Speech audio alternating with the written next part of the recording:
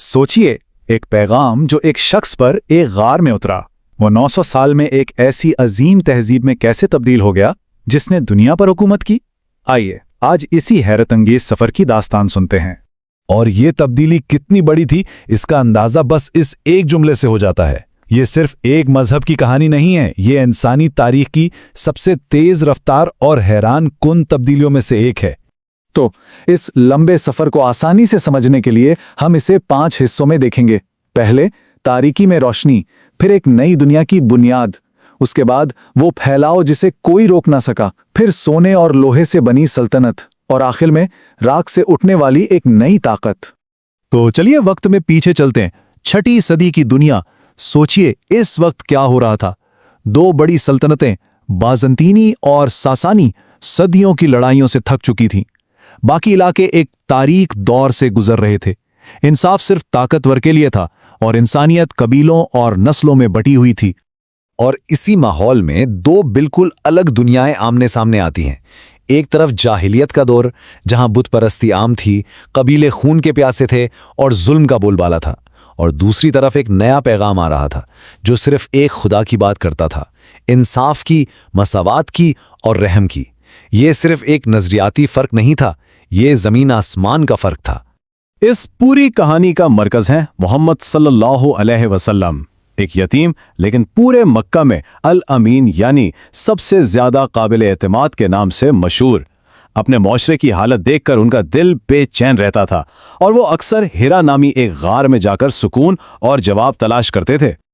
और फिर 610 ईस्वी में इसी गार में वो फैसला कुन लम्हा आ गया जिसने सब कुछ बदल दिया।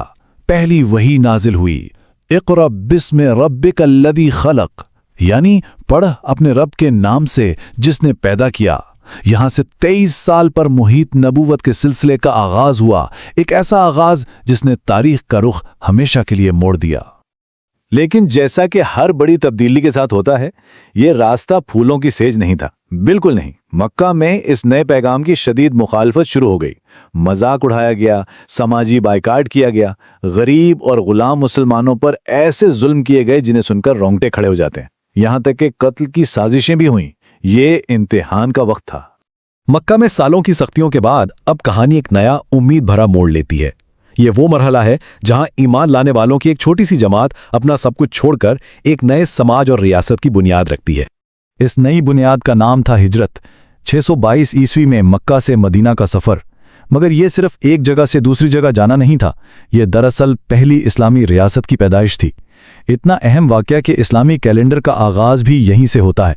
ये एक नए दौर का ऐलान था। तो मदीना में ये नया मुआशरा बना कैसे? 2 बुनियादी चीजें थीं। पहला, मीसाके मदीना। सोचिए, ये उस वक्त का आइन था जिसने हर मजहब के लोगों के हुकूक तय किए।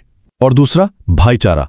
मदीना के लोगों यानी अंसार ने मक्का से आए मुहाजिरीन के लिए अपने दिल और घर के दरवाजे खोल दिए। ये एक मिसाली कम्युनिटी थी।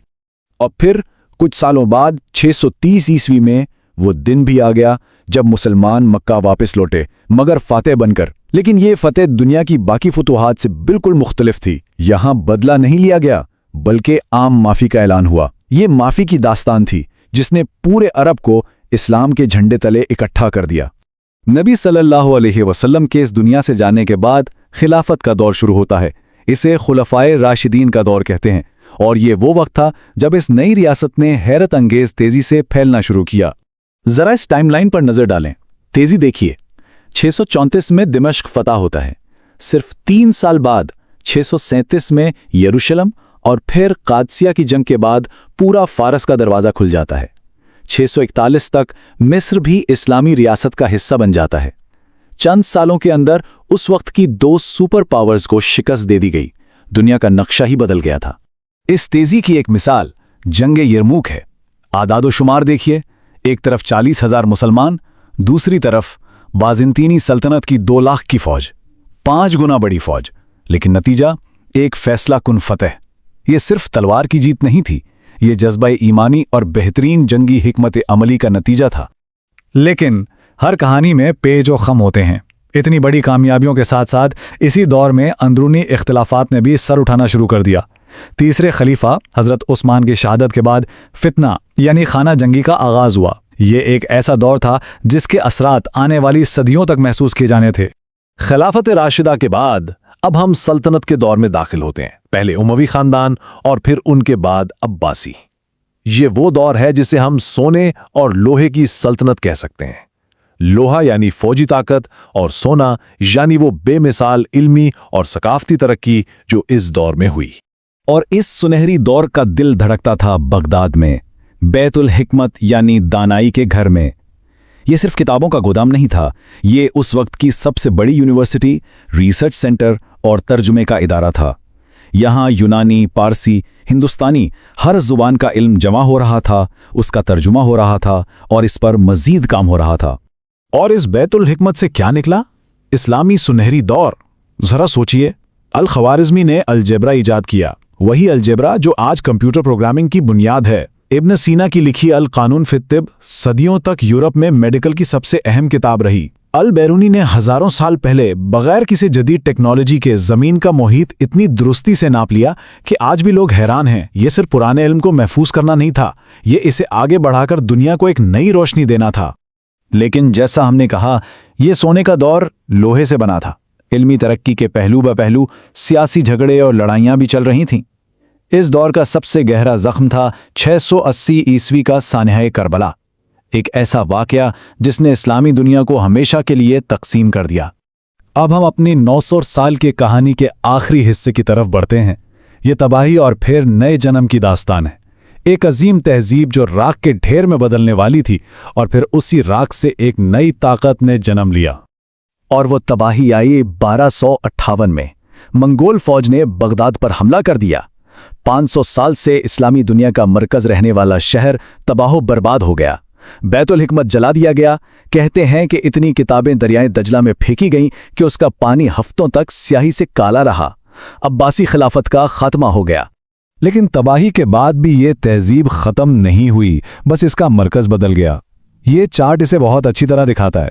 شروع میں قیادت عربوں کے پاس تھی، پھر عباسی دور میں فارسی ثقافت اور انتظامیہ کا زور رہا، اور بغداد کی تباہی کے بعد اسلامی دنیا کا جھنڈا ترک قوموں نے اٹھایا، پہلے سلجوق اور پھر عثمانیوں نے، اور اسے نئی بلندیوں پر لے گئے۔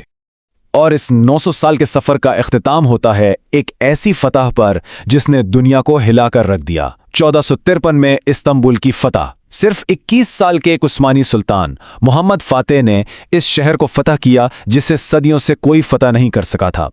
اس فتح نے نہ صرف ایک پیشن گوئی پوری کی بلکہ رومی سلطنت کا ہمیشہ کے لیے خاتمہ کر دیا اور ایک نئی عظیم الشان اسلامی سلطنت کا مرکز قائم کیا۔ تو یہ تھا 900 سال کا سفر، ایک غار سے شروع ہو کر دنیا کی سب سے بڑی سلطنتوں میں سے ایک تک۔